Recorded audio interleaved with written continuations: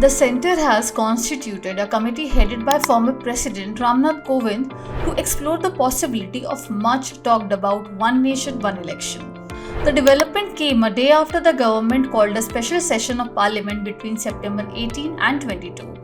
Over the years, Prime Minister Narendra Modi has pushed strongly for the idea of simultaneous Lok Sabha and State Assembly polls. And the decision to task Kovind to look into it underscores the government's seriousness as a host of elections approach.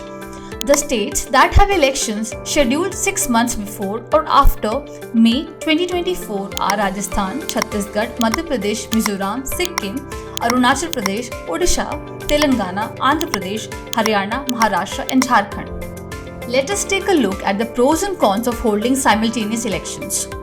One of the major reasons to hold simultaneous elections would be to cut down on the cost involved in separate elections.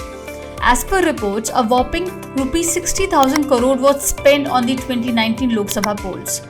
This amount includes what the political parties fighting the polls spent and the spending by the Election Commission of India to hold the polls. Further, supporters of simultaneous polls argue that it will increase efficiency in the administrative setup throughout the country since it slows down considerably during polling. Normal administrative duties are affected by elections as officials engage in political duties.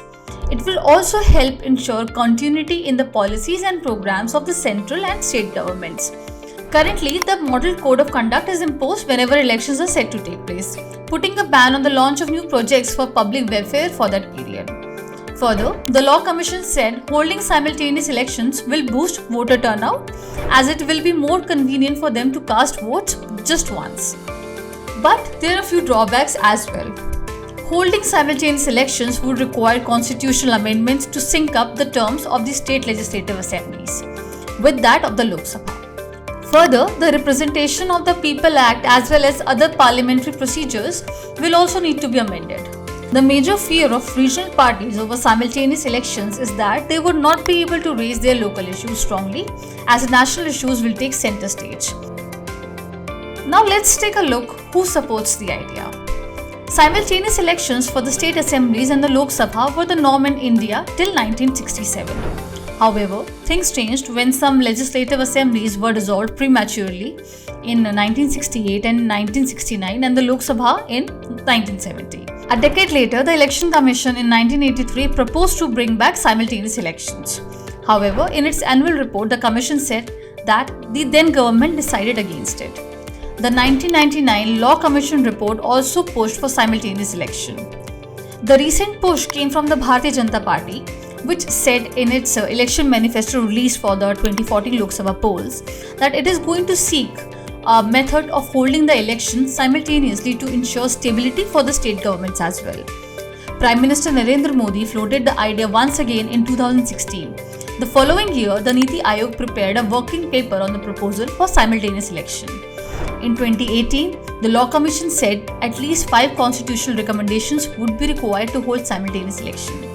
There are some important questions as well.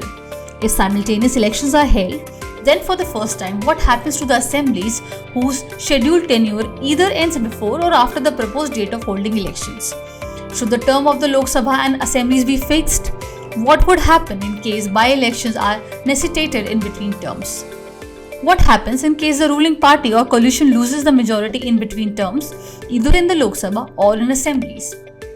These are very pertinent process-related questions, but surely one nation, one election is one right step towards ensuring transparency and accountability in our democracy.